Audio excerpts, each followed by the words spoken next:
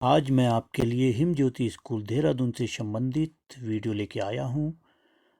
हमारे अधिकांश विद्यालय के बच्चों को हिम ज्योति स्कूल देहरादून की परीक्षा की तिथि का इंतज़ार था, तो इसकी परीक्षा की तिथि निर्धारित हो चुकी है और इसकी जो परीक्षा है वह 19 फरवरी 2023 को होनी निश्चित हुई है और परीक्षा का समय 11 बजे का रखा गया है। अब मैं आपको बताना चाहूँगा कि किस प्रकार से आप अपना पंजीकरण करा सकते हैं। तो पंजीकरण की जो तारीख निश्चित की गई है वो 15 दिसंबर 2022 से 31 जनवरी 2023 तक निर्धारित की गई है और पंजीकरण कराने के लिए जो फ़ोन नंबर है उसे आप नोट कीजिएगा 0135-260-8227 और दूसरा फ़ोन नंबर जो है 260-8230। इन फ़ोन नंबरों पे आप अपना पंजीकरण करा सकते हैं और पंजीकरण कराते समय कौन कौन सी जानकारी आपको वहाँ पे देनी है वह बहुत ध्यान देने योग्य है। उसके लिए आप जब भी आप पंजीकरण कराना चाहें तो आपके पास ये जानकारी आपके पास होनी चाहिए, तो उसे नोट कीजिएगा। देखिए, पहले नंबर पे जो आएगा छात्रा का नाम, दूसरे में पिता और माता का नाम, अपना पूरा पता, विद्यालय का नाम जहां आप पढ़ती हैं और फ़ोन नंबर।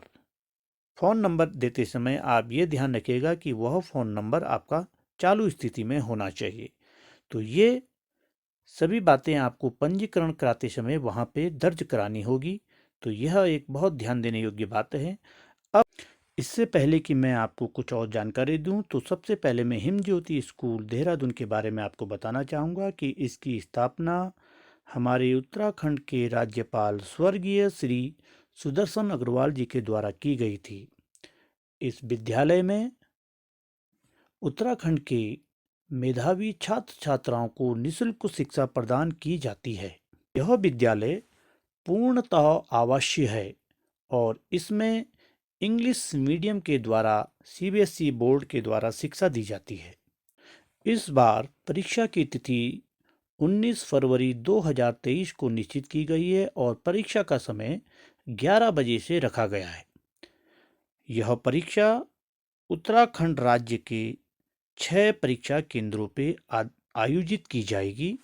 ये परीक्षा केंद्र हैं नैनीताल, पिथौरागढ़, बागेश्वर, टिहरी, श्रीनगर और देहरादून।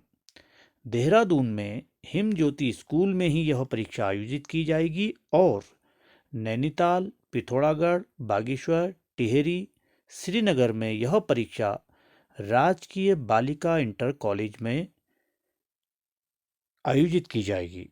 बच्चों, इसमें ध्यान देने वाली जो बातें हैं उसे आप ध्यान से सुनिएगा कि इसके लिए कुछ अनिवार्य शर्तें हैं कि जो बालिका इसके लिए आवेदन करेगी उन्हें इनके द्वारा जो भी शर्तें रखी गई हैं उन शर्तों में पूरा उतरना होगा।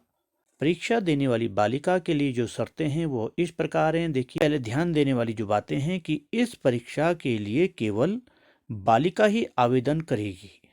केवल बालिकाओं के लिए ही यह विद्यालय है, इसलिए बालिका ही इस विद्यालय की परीक्षा के लिए आवेदन करेगी। दूसरा, आपको ये ध्यान रखना है आयु का।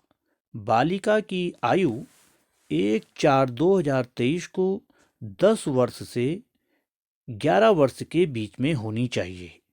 यदि कोई भी बालिका इससे कम या ज़्यादा होता है तो उसको परीक्षा में नहीं बैठने दिया जाएगा।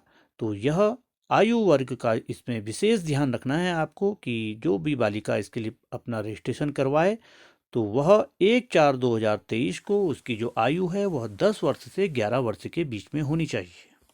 तीसरा जो बहुत ही महत्वपूर्ण है कि बालिका उत्तराखंड राज्य के सरकारी स्कूल यानी कि राजकीय प्राथमिक विद्यालय में अध्ययनरत हो। केवल यह विद्यालय केवल राजकीय प्राथमिक विद्यालय के बालिकाओं के लिए ही परीक्षा आयोजित करता है और जो बालिका है वो कक्षा 4 और कक्षा 5 में पढ़ने वाली होनी चाहिए। कक्षा 4 और कक्षा 5 के दोनों कक्षा में पढ़ने वाले विद्यार्थी इसके लिए आवेदन कर सकते हैं, लेकिन उनको अपनी आयु यानी कि 1/4/2023 को उनकी आयु 10 वर्ष से 11 वर्ष के बीच में होनी चाहिए। अगली जो अनिवार्य शर्त है, संयुक्त वार्षिक आय, यानी कि परिवार की संयुक्त वार्षिक आय 4 लाख से कम होनी चाहिए। यदि किसी के माता पिता सर्विस करते हैं तो उन दोनों की वार्षिक आय कुल मिलाकर 4 लाख से कम होनी चाहिए। इससे पहले जो ये वार्षिक आय थी वह 1 लाख तक होनी चाहिए थी। इस बार इसको बढ़ाकर 4 लाख कर दिया गया है। पांचवा जो ध्यान देने योग्य बातें हैं कि देहरादून और नैनीताल में पढ़ने वाली बालिका, यदि कोई बालिका देहरादून नगर क्षेत्र में और नैनीताल नगर क्षेत्र में पढ़ती हों तो वह इसके लिए आवेदन ना करे, क्योंकि उनको परीक्षा में नहीं बैठने दिया जाएगा। तो इसलिए यह बहुत ध्यान देने वाली कि कोई भी बालिका यदि देहरादून या नैनीताल के शहरी क्षेत्र में पढ़ती हो तो वह इसके लिए आवेदन ना करे। महत्वपूर्ण ध्यान देने वाली बात है कि जब आप परीक्षा केंद्र में परीक्षा देने के लिए जाएंगे तो वहाँ पे कुछ आपको आवश्यक प्रमाण पत्र अपने साथ ले जाने हैं। वे कौन कौन से हैं तो ये आपको ध्यान रखना है, क्योंकि यदि इनमें से कोई भी प्रमाण पत्र वहाँ पे आप नहीं ले जाते हैं तो आपको परीक्षा में बैठने से रोका जा सकता है।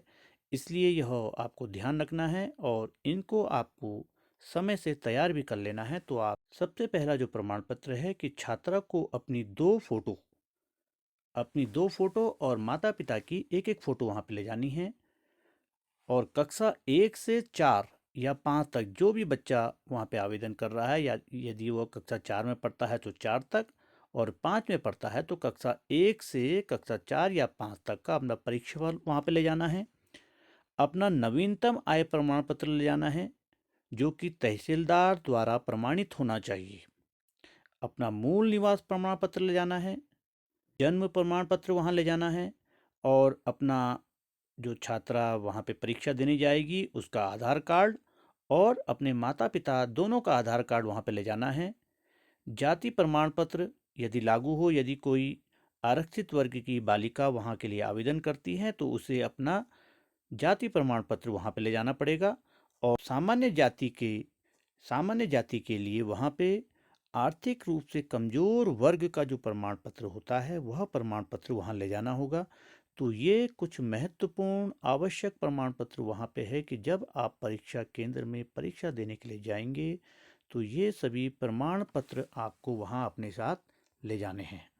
तो बच्चों, मेरे द्वारा कुछ महत्वपूर्ण जानकारी हिमज्योति स्कूल देहरादून के लिए आपको दी जा रही थी, क्योंकि यह एक बहुत ही बढ़िया विद्यालय, हमारे राजकीय प्राथमिक विद्यालय में पढ़ने वाली लड़कियों के लिए बहुत ही बढ़िया विद्यालय है। तो आप सभी बच्चे इसके लिए आवेदन करें